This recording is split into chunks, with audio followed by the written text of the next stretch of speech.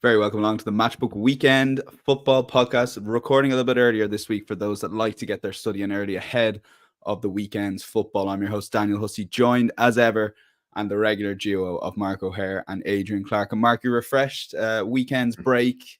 You took the Champions League off. I'm guessing it's all steam ahead in your confident mood heading into the last couple of weekends of the Premier League season. You're definitely not refreshed, Dan, but very much looking forward to the run-in. I skived out on Monday and I feel a lot better for it. So I know you guys handled it pretty well. Adrian almost nailed Tuesday night, didn't you, with the Real Madrid Bayern Munich match? But I've been studying all Tuesday and today to try and make sure I'm ready for today. So fingers crossed we can back a few winners. Yeah, I was chatting to producer Ryan before you came on, Adrian. It's like you did the hard bit right. I thought your analysis was 10 out of 10 spot on Madrid, Bayern, but just at the end, you just ruled out a 2-2 draw and went for the 1-1. You saw your name up in lights. But it was good analysis, I thought, and it was a good game too, more importantly. Yeah, like we still come out in profit if you followed me in on Real Madrid plus a quarter. But yeah, I felt like it was an even game. I think the thing that surprised me, I haven't seen the full game back yet because I was working on the Coventry-Ipswich game last night, but I just feel that Real Madrid maybe didn't give Bayern Munich quite as much respect as they showed to Manchester City, and maybe that's why it was a slightly more open game maybe than anticipated. But it's around what we thought it might be going into the second leg. Set up beautifully. Absolutely, yeah. And of course, PSG Dortmund tonight. So if you are listening earlier, check out insights.matchbook.com for a recap of Adrian and Miguel's selection. But we've got 4 Premier League games to cover. 4 decent games, mainly going to cover the title race and the relegation battle. EFL bets, European bets, long shots, and then best bets. Please, as always, as we say, do like and subscribe completely for free on the YouTube channel and follow on your preferred podcast platform.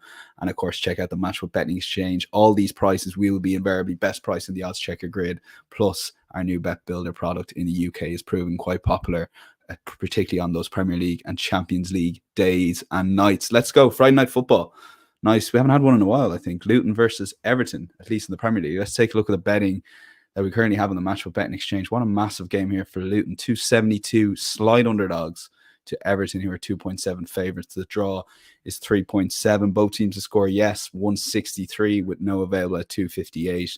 The draw no bet market, Luton are even money. Everton 1.99 shows how close this is with Luton home advantage, obviously. And 2.5 is the total. The over is 175. So, Mark, we'll let you kick this off. Luton versus Everton, it looks like an unders game and tends to be an unders game if you think about these two teams throughout the season. But you fancy a couple of goals here? I do, yeah. I mean, first of all, I think it's worth pointing out the added layer of sort of complexity we have to encounter now between where we are right now and the end of the season. Motivation has to be sort of considered here, and especially in this particular scenario, we've got Luton scrapping for survival, Everton now safe from relegation. That does affect pricing. It's very difficult to know how to sort of move the needle one way or the other. But when I looked at things on Tuesday morning, Luton were very slight favourites. Now it's Everton, very, very slight favourites, but there's not really much in it. But yeah, hats off to Sean Dyche and the job he's done at Everton. Especially so since that Monday night mauling they had against Chelsea at Stamford Bridge. They've regrouped superbly since then. The response has been terrific. 3 successive home wins alongside clean sheets, doing so against Brentford and Forest. I wouldn't say it's well within their expectations, but they would have fancied themselves. But to do it against Liverpool and the manner of which they won that game, huge testament to the work done at Everton, especially so considering the ownership uncertainty, the points deductions. Just remarkable fortitude, really, to be safe with 3 games to spare. But it might not be in Sean Dyche's vocabulary, but I do think there might be an opportunity for Everton to relax just a little bit. We know defensively they have been exceptional for the most part of this season, only Arsenal keeping more clean sheets, but the bulk of those did come at Goodison Park. And once you breach your sort of seasonal goal, I just think it's natural that standards might drop a touch. Dyche might decide to make a few changes here. We've seen that James Tarkowski hasn't trained on Tuesday or Wednesday, I don't believe, which would be a blow defensively. Calvert-Lewin has trained, so immediately you look towards a stronger and forward areas. Beto is available again, and potentially weaker at the back too. So my way in here was to back goals, which would normally be a bit of a no-no when Everton are involved. But I think overs is trading at 175, and that's a nice price for a general Premier League match, but even more so when you've got an Everton side who've failed to score just twice in 11, but only managed 1 away clean sheet since mid-December and just 4 in 17 on their travels. So if their standards do understandably drop a touch, there's opportunity, I think, for goals at both ends. And because this is enormous for Luton, they have to go for it. Forest have the easier running. They have the goal difference advantage too. So wins are absolutely essential, which is easier said than done, I think. They've only managed 1 in 14, 10 defeats in that sequence too. Basically one of the worst performing sides across the whole top 4 divisions in England since the start of February. So I thought they were really poor at Wolves last weekend from what I've seen and read. Struggled to create chances. And you know, Carlton Morris was left isolated for a large part of that game. But there is a boost with Adebayo coming off the bench, and I think the opportunity to either twin the 2 players together or at least start one or the other is a big boost for Luton going forward. Just defensively, I've got big question marks over their ability to keep any side out at the minute. We know they've been ravaged by injuries all over the park, but yeah, I think stylistically, 2 fairly uncompromising teams, fairly physical sides by nature. It's not going to be a game for the purists, but I do think both sides have the ability here to score goals, and defensively I would have question marks. So, especially Luton at home, they scored in 16 of 17 at the Kenny, but just 2 clean sheets across all venues.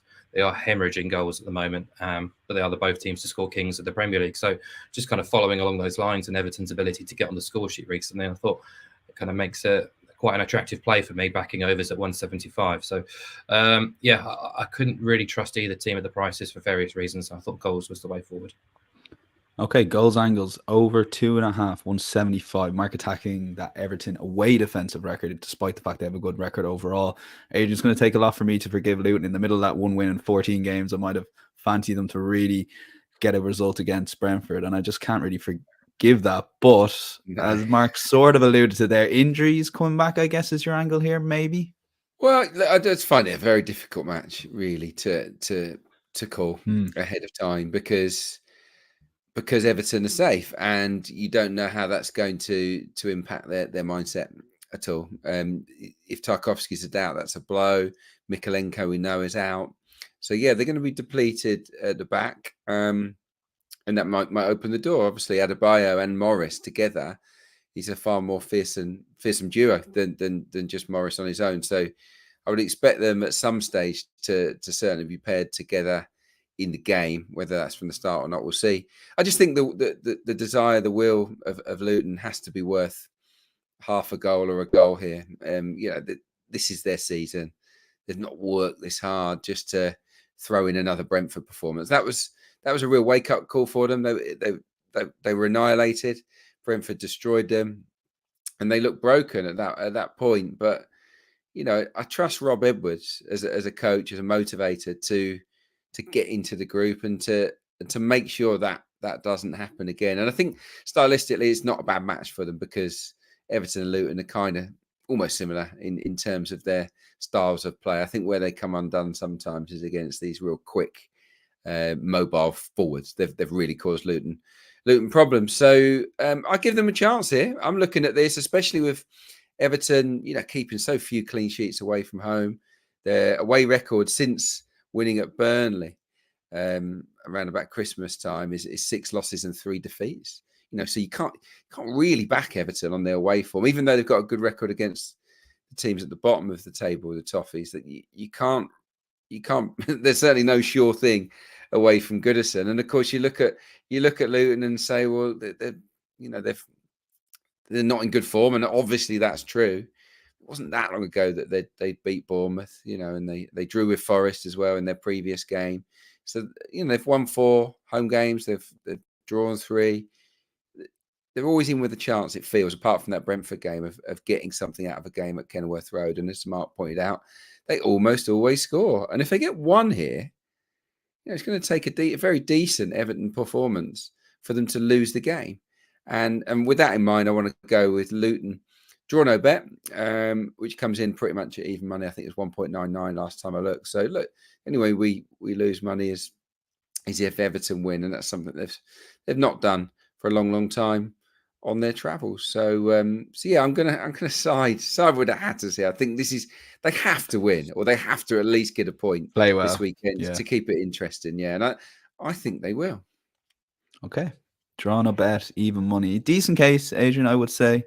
Leaning to the safer option, believe it or not, of the overs angles. If you haven't listened to the podcast before, I'd like to pick a podcast selection so us, as the presenter, viewers, and listeners, can cheer one on for the weekend. I think Friday night goals is the way to go, over 2.5 goals, 175. But myself personally, I'll be waiting until about 7:30 to like establish whether Sean Dyche is in fact wearing his tracksuit for the third game in succession and can continue that incredible run. He's playing it down. He's playing it down, Adrian, but I have to say that the numbers don't lie. 2 wins. He's not since changing Chelsea, it. He's not getting back into a suit anytime soon, is he? Yeah. So I mean, it's obviously nonsense, but you don't change that winning formula. That's for sure. No, I've bet a lot of worse angles, both successfully and unsuccessfully. So we'll move on to the early kickoff: Arsenal versus Bournemouth, which initially on paper you might say, "Oh, why are we covering this?" But these are the two form teams in the Premier League, are right up there. Arsenal 121, Bournemouth 15.5 away at the Emirates. The draw is available at 9.0. Both teams a score, yes, 194. So market relatively not expecting that many goals, at least for both sides. The Asian handicap line is a 2-goal head start for Bournemouth at 2.04. We'll get to that in a second. 3.5 is the total, 193 the over. So Adrian, the reason I paused this 15.5 is not necessarily a slide on Arsenal, but more so how consistent Bournemouth have been. At times they haven't played great now. I've watched a lot of them throughout the season, but they always seem to be competitive in a lot of games. Yeah, no, they're a good team, a really good team on that form table, the 10-game form table that you alluded to. Yeah, they're third behind City and Arsenal. They carry a goal threat, don't they? I was just in the process of writing a piece on Bournemouth, and in terms of shots from open play, they rank 5th in the division. You know, it's only the top 3 in Spurs that have had more shots in open play than Bournemouth. Dominic Solanke's sort of ranking around 3rd in shots, full stop, of Premier League players. You know, I think it's Erling Haaland and Salah are the only ones with a higher XG than Dominic Solanke. You know, they create chances and they will have moments, I'm sure, in the game at Arsenal. The price is disrespectful, isn't it, to the Cherries? They're way too big here, given the form.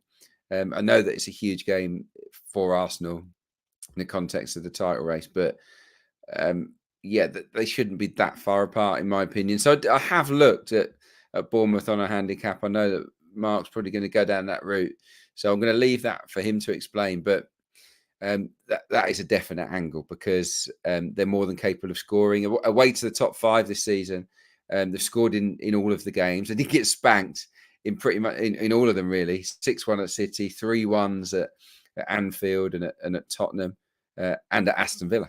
So yeah, they've and that's probably how I see the game going. Actually, I think that an Arsenal 3-1er could be the way to go. It might be a little bit tighter, maybe with a 2-1, but I don't see this being, you know, a tonking from Arsenal. You know, they've got good energy, Bournemouth, at the moment, and they're so quick on the turnovers and transitions. Kluivert's in great form. Obviously, we know about Solanke. They will miss Semenyo. He's out. That's a bit of a hammer blow for them. So yeah, I looked at Bournemouth on the handicap, but ultimately, I think Arsenal and both teams to score. It's been a pretty loyal servant to us over the last couple of seasons. Last season in particular, but also this year, 7 Arsenal home games have seen this bet land.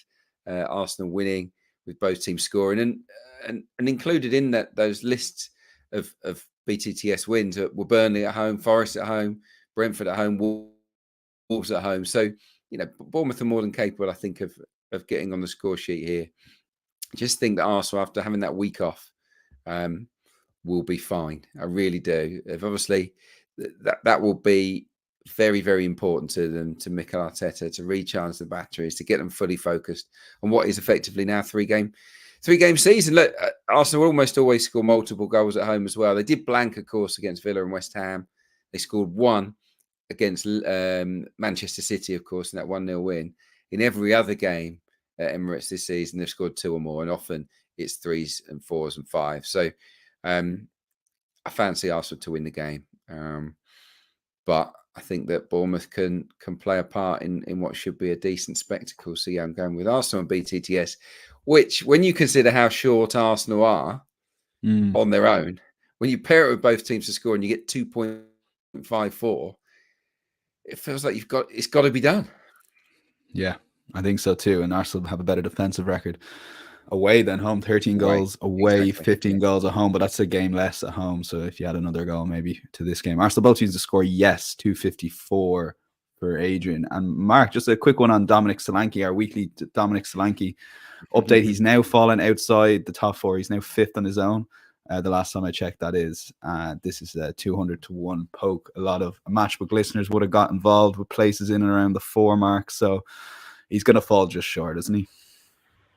Yeah, I think you asked me this a couple of weeks back, and just my natural pessimism. I felt that it was on the wane a little bit. Not helped when Cole Palmer starts hitting hat tricks and Alexander Isak comes back into flying form as well. So yeah, it's quite an intriguing golden boot race this season in the Premier League. But unfortunately, I think he will fall just outside of the places, annoyingly. But yeah, as you say, 3 games to go. Who knows? I, like Adrian, think Bournemouth could nick a goal here and can be competitive.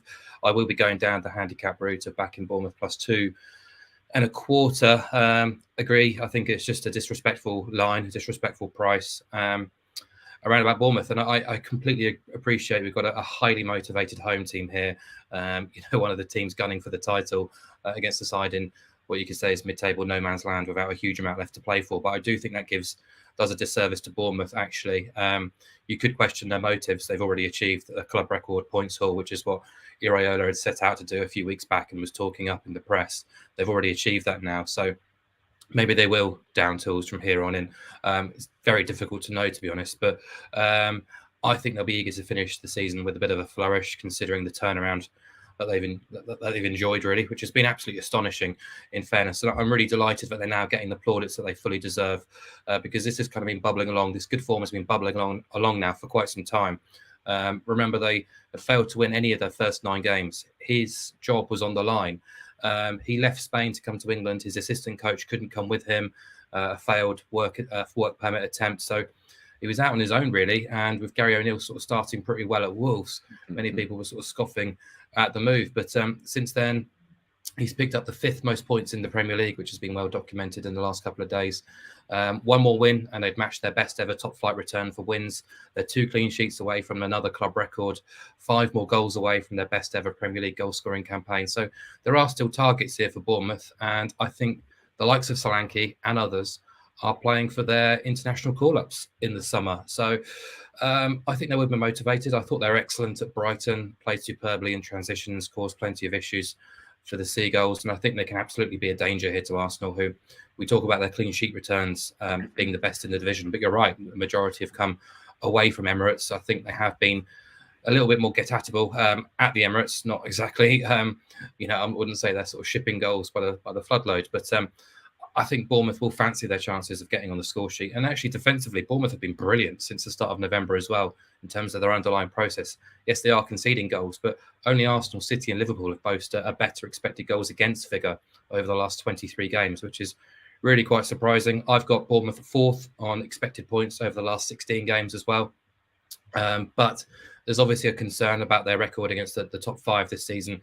8 defeats from 9, just 1 point in 28 goals conceded. But I wouldn't say the majority, but most of those matches came early on in Iraola's career in English football. They've been a bit better recently, and he did come here with a reputation for slaying the big boys with Rayo Vallecano. So we haven't seen it yet.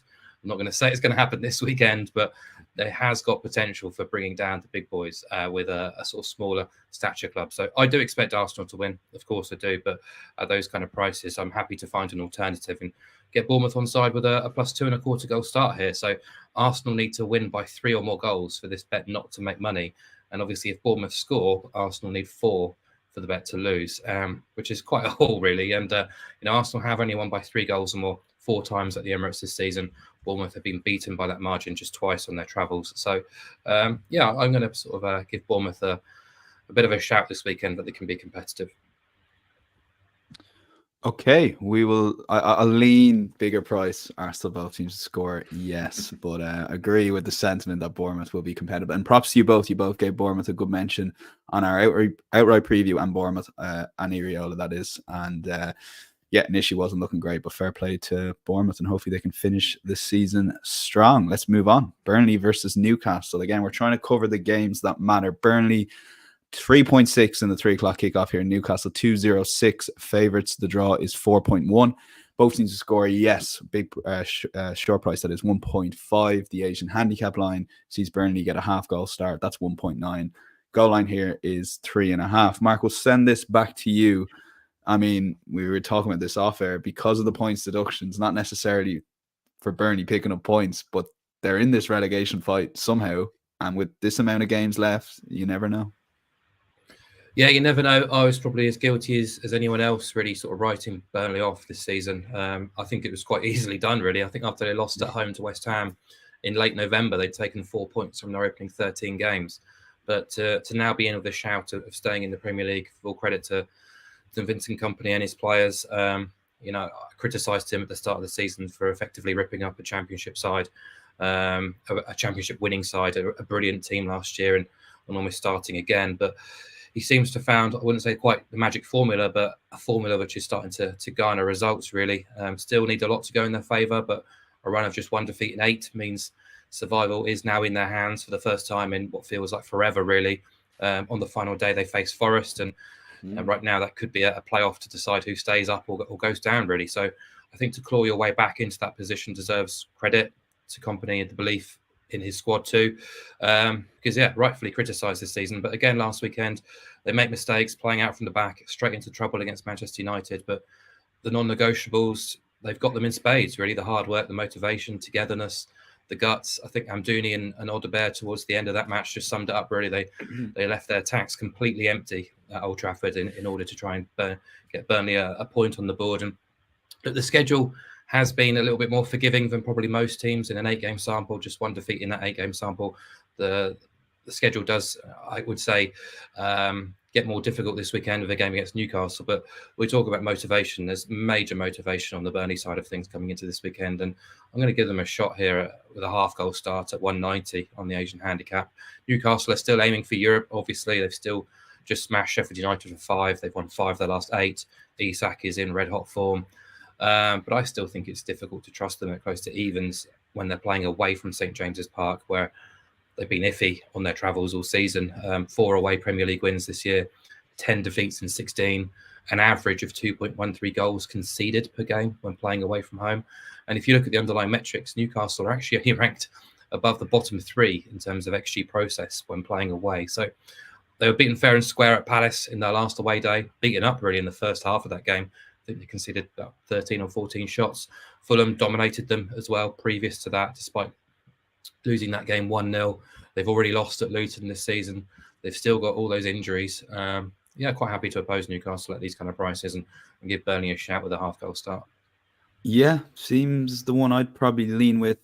Adrian, Mark alluded to there, but just take that Palace away performance from Newcastle, particularly first half. I think they themselves only had a couple of shots. I was just so surprised. They seem right now a much better team at St James's Park than away from home.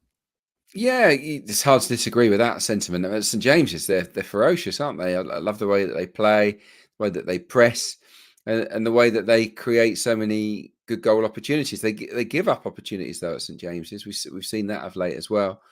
So I think Burnley will fancy themselves of scoring in the game. Obviously, they've got no centre halves at the moment. I mean, I think Cher is out now, joining Botman on the list. So it looks like Burn might have to partner Kraft at centre back with obviously Hall and maybe Livramento at fullback. There's still no Trippier, so they're really, really depleted at the back.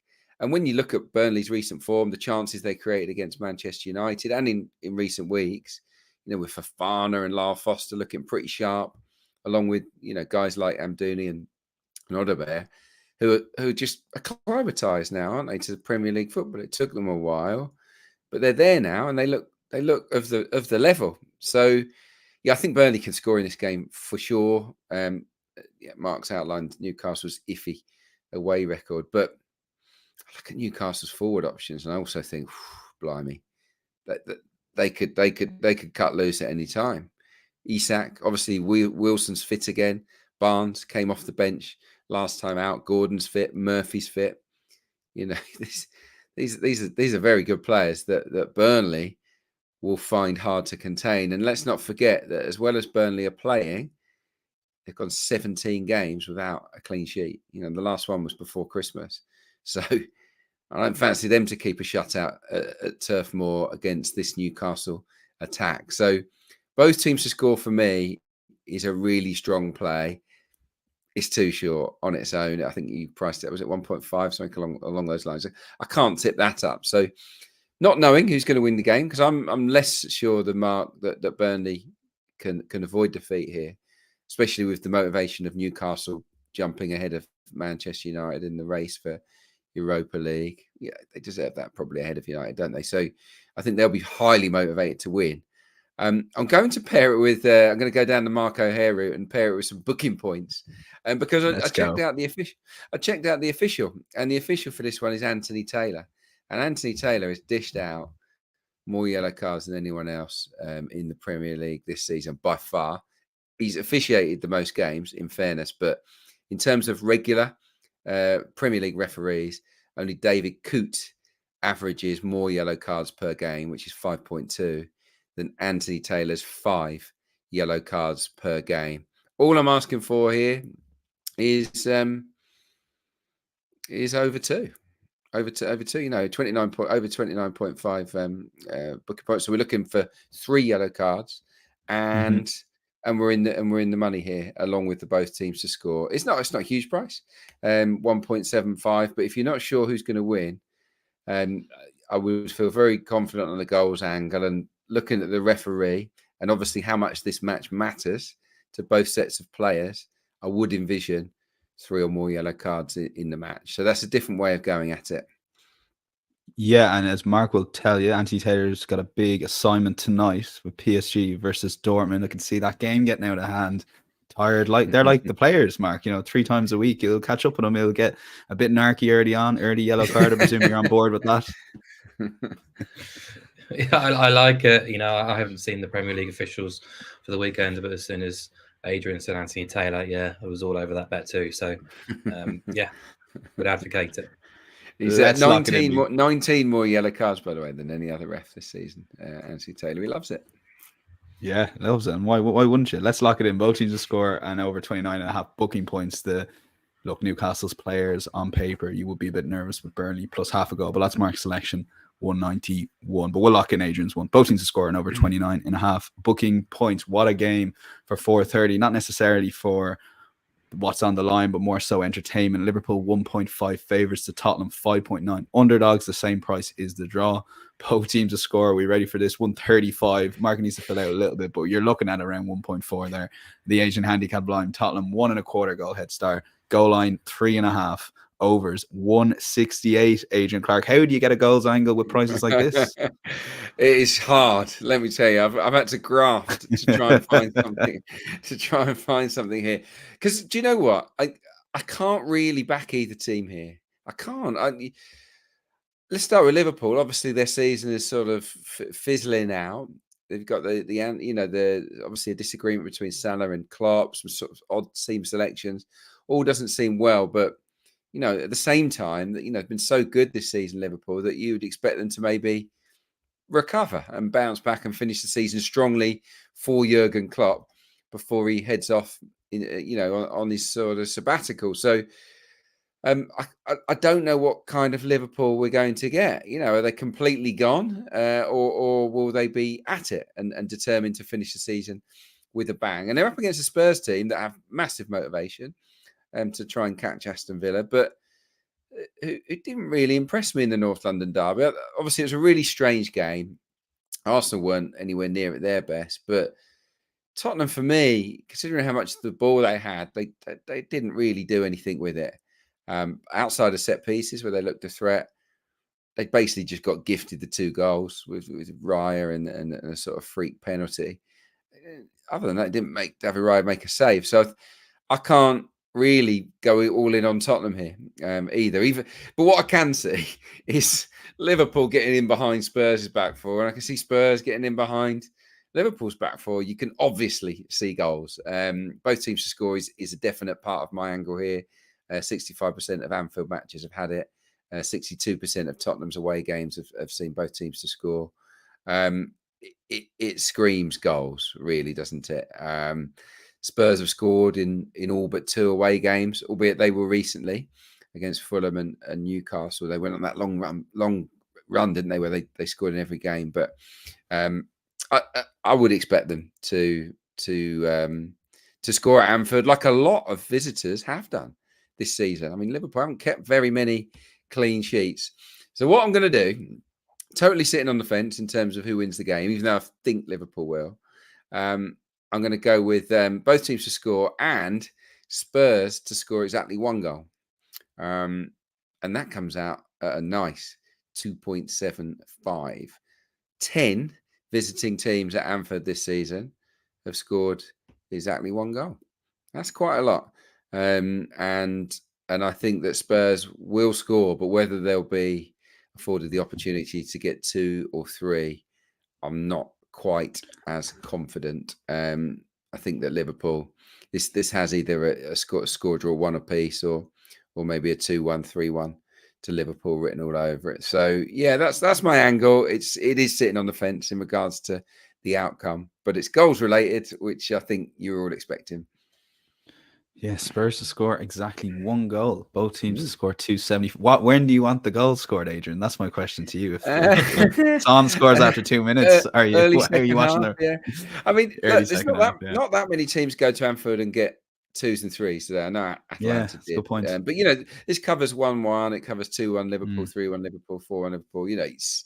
It's an interesting one. I know that it's unusual. I just think, yeah. I mean, over 3.5 for me is what you think, but it's under 1.7. I can't get behind that price, unfortunately. Yeah. It's backed up with stats, as you said there, Adrian. So fascinating play nonetheless. Mark, how did you find a goals angle here and coming up with one? I guess the Bet Builder product is there for this, to sort of mess around and see what price you end up with.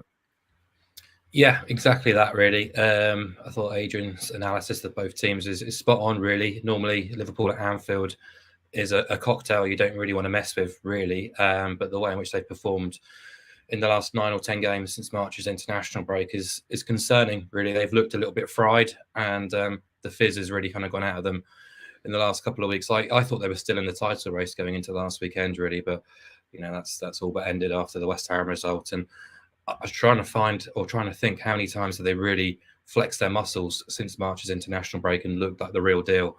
And it's probably only the away tie at United, which they failed to win.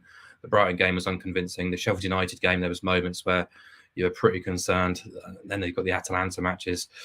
So I can't trust Liverpool. And I think Spurs are almost in backable territory, really, on the handicap start there, based on what they've got to play for, really. But similarly, I've just not been as impressed with them consistently now in 2024.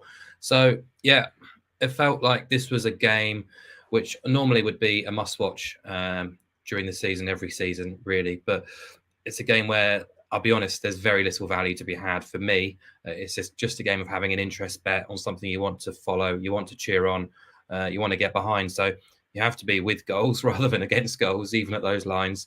So I went over 3.5 goals. Yeah, horrible price. No value in it whatsoever, but include both teams to score. You bump it up a little bit more to about 180, which I think is absolutely fine. It's unlikely to be 4-0 either way. If we do get 4 goals, both sides will contribute. And just to boost it a little bit further, I've included a first half goal. You're getting 195, which for me is absolutely fine, really, to cheer on.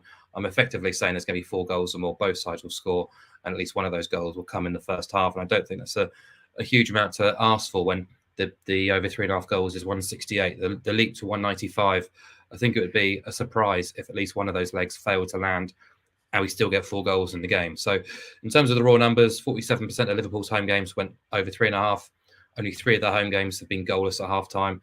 56% of Spurs away days have gone over 3.5. Only 3 of their away days have been 0-0 at half-time.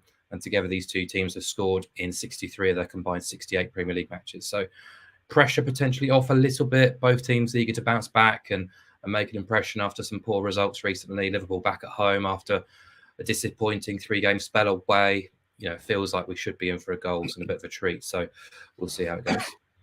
Okay, yeah, marginally we'll lock in Mark's bet, but I do like the sound of Adrian's at that price too, 7-4. But over 3.5 goals, both teams are scoring over half a goal in the first half. That's 195. All these bets recapped on insights.matchable.com, particularly for those bet builder ones. If you do want a second look at them, let's go EFL time. Adrian, massive win for Ipswich last night, meaning they just need a point because of the goal difference. They still do need a point. I don't know. I'm seeing a nervy start to the game, but you're seeing it's going to be relatively comfortable for Ipswich. No, Also, look, if Ipswich get the first goal quite early, and no one scored more first half goals than Ipswich in the Championship. They're a brilliant first half team. They score for fun. If they get that first goal, relatively early, as they did last night against Coventry, I think there'll be a party atmosphere at Portman Road, and they can maybe cut loose. Look, Huddersfield are down. Mathematically, you could argue they're not, but they are. And the manager said as much in the wake of their defeat of the draw against Birmingham, which effectively sent them down. It's a ridiculous swing that's required. It's not happening.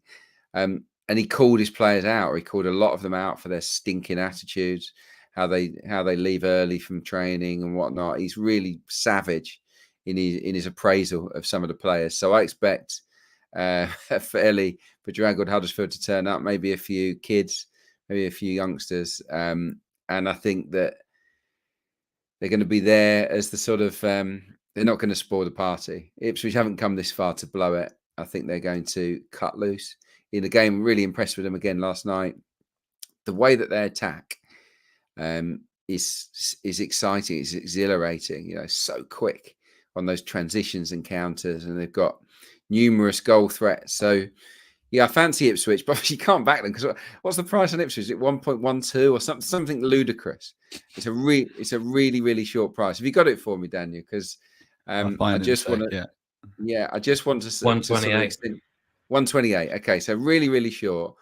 If you think there'll be over 3.5 goals in the game, and Ipswich will win, that turns into 256. And I'm all over that because I think that Huddersfield could potentially score. Ipswich aren't the best at the back, which means Ipswich need 3. They're more than capable of getting that. Ipswich could score 4 or 5 here. 11 of Ipswich's 15 home wins this season have been over 3.5 goals. They're a mega attacking side. And Huddersfield away to the best teams in the division have been shocking. They lost 4-1 at Leicester, lost 4-1 at Leeds, lost 5-3 at Southampton. Yeah, I think they're lambs to the slaughter here. I really do. Look, if it stays 0-0 and things get tense, I've read the game wrong. But if Ipswich score early, I think it could be very, very comfortable for them. So I'm willing to cheer that on at 2.56. Okay, yeah, 2.56, and another one on the final day for Adrian, but that'll be in the best bets section. So stay tuned. Mark, you've got one selection in Europe this week. Yeah, we're going to dip into Ligue 2 in France, where there are 3 games still to play in the regular season.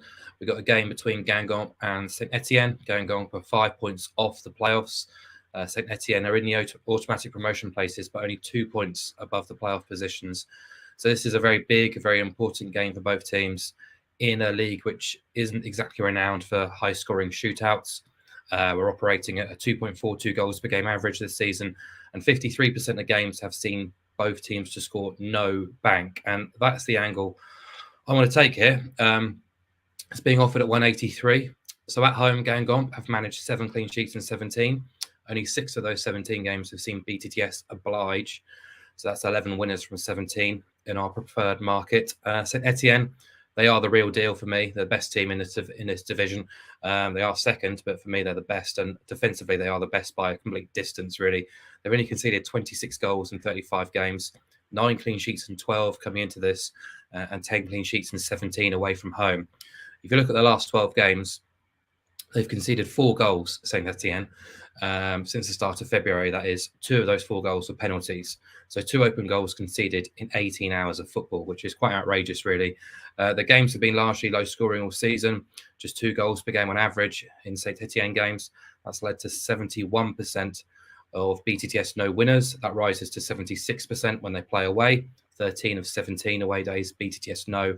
has landed, 65% success rate in Gangomp home games. So yeah, basically got two of the best clean sheet records in the division in their respective home and away games, going toe to toe in a big match in a low scoring division.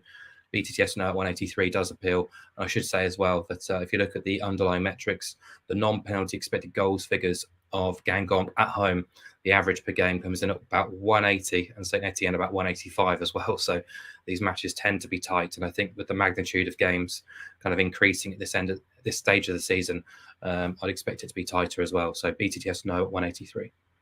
Okay, BTS no at 183. Let's move on to long shots. And Adrian, I love this selection here now because it's a bit out there, hence a long shot. But I'm interested in the angle because this should be a decent Monday night football game. I think so. Yeah, it could be a horrible night for Manchester United, and that's where I'm sort of headed with it. Crystal Palace to beat Manchester United and over 3.5 goals is a 5.6 shot. You know, it's a good long shot price. 3 of the last 4 Man United away games have been over 3.5 goals. It's been wild, hasn't it? It's been, you know, they look like scoring. Of course they do. They've got so much talent there, especially with Bruno Fernandes and playing very well. Garnacho too. That they always carry that threat, but goodness me, at the back they're shocking. The attitude of the team in general is a little bit ropey. So yeah, look, they've scored in 8 successive away games, but in those 8 away games, they've also conceded 17 goals, Manchester United. And the truth is, they should probably have conceded a lot more than that across that period. I was looking at some of the XG. Across their last 5 games, full stop, 4 of them, they've faced over 2 expected goals against. In 3 of the last 5 games, the XGA is over 3. Yeah, it's so bad. Really, really bad. And they face a Palace team that look really, really good under Oliver Glasner. That, you know, got Eze will be back, I think, this weekend. Maybe Mark Gurhey as well. Eze and Elise, we know, are dynamite together.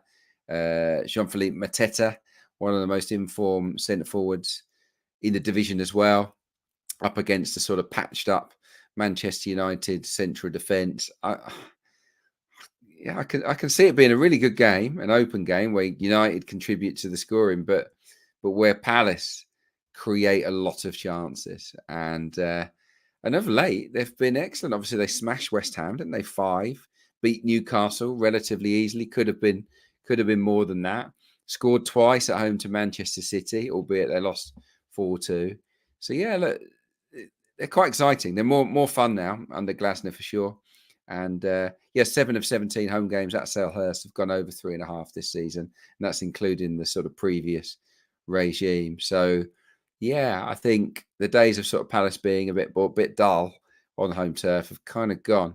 I think they'll take it to Manchester United. Why wouldn't you? Just have a bit of fun with it and try and expose those deficiencies that we've all highlighted throughout this season. So yeah, it's a fun one to follow, providing you're not a Manchester United fan. Palace to win and over 3.5 goals on Monday night. Yeah, I can see it being a lot of goals, a lot of shots, angles on Monday Night Football. And yeah, speaking to Palace fans, they're just loving the football they're playing at the minute. Long may that continue.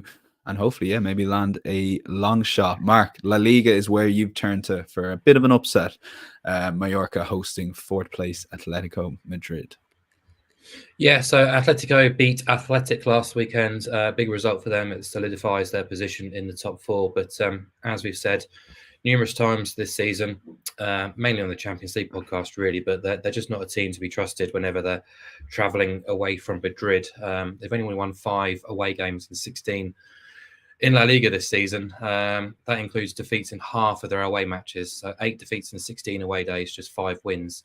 So they have the best home record in the division, but only 9 sides have picked up fewer away points than Atletico this season.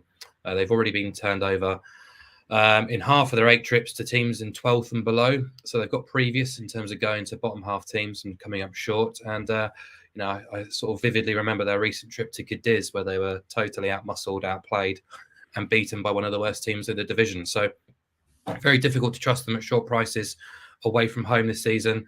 And they're playing a Mallorca side who I think could unsettle them. They're not completely safe at all. They tend to relish getting themselves into an arm wrestle in Palma, especially under Javier Aguirre, the sort of veteran head coach. So you look at their results this season against the best teams in Mallorca. Real Madrid escaped with a 1-0 win. Barcelona were held 2-2. Girona were beaten 1-0. Athletic only managed a 0-0 draw.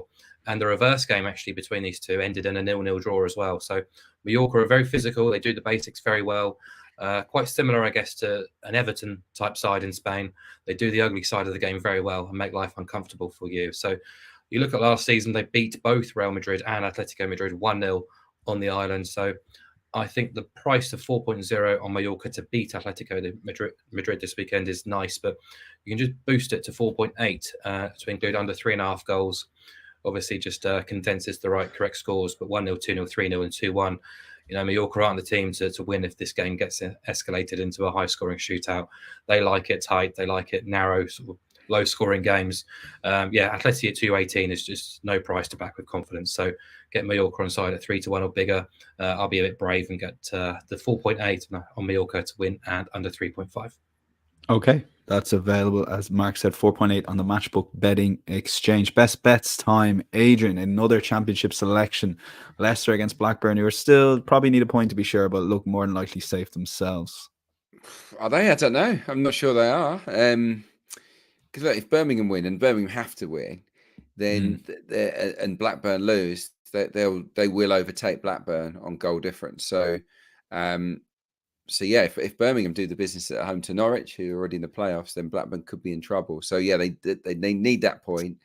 And I think they'll go to the King Power on the final day and play for a point. They've got John Eustace as a manager, very defensive coach, good defensive coach, who's knocked them into shape. You know, not won enough games, but they're harder to break down than they were. 5 of Blackburn's last 8 games have featured under 1.5 goals. A couple of goalless draws in there, a few 1-0ers. So yeah, not the most exciting, and I think that's what they'll have to do against Leicester. Now, I think the price has maybe been affected here because of the game state. Obviously, Blackburn being desperate for something, and Leicester already being champions. So you can back Leicester, who obviously won the league, at 1.72 on the nose, which surprises me because I think any other stage of the season they're 1.3, 1.4 here. People banking on them, spending the week partying. I don't know. I don't see it that way. Jamie Vardy was interviewed the other night straight after the game, and you could tell he mentioned it straight away. He goes, right, we go again at the weekend, 100 points. That's our target. That's what we said we wanted to get. We're desperate to get it. And the only way they get to 100 points if they win the game. So I think Leicester will be really up for this game in front of a jubilant King Power who want to see the team lift the trophy at the end on the back of a win. I think this is a nightmare last fixture for Blackburn Rovers. So that 1.72 gets bumped up to 2.58 if you pair a Leicester win with under 3.5 goals. And I think that I see that as the way it goes because Blackburn are very solid defensively. They look to stay in the game, and Leicester will have to be patient. But so many games this season at home for Leicester have had this pattern where teams have been mega defensive. That eventually they grind them down and they win narrowly. And I think that is what will happen here. And whether that's enough to send Blackburn down or not, I don't know. But yeah, I can see that scenario unfolding. So yeah, let's see. But Leicester, I think of a too big a price here to beat Blackburn with that motivation of getting to 100 points. Okay, yeah, I like the case, Adrian. Not gonna lie, Leicester under 3.5 goals versus Blackburn can see the game state and way that game develops, similar to what you've alluded to there. 258. Mark, it couldn't be further away from the championship final day than Brazil Sunday 10:30 our time. So I'll let you take it away. I found the slate quite tricky actually in terms of trying to find a best bet across the board really. So this price did stand out to me. We're only 4 rounds old in the new Brazilian season. Botafogo are topping the charts with 3 wins from 4. They scored 10 goals. It's been a really great start to the season.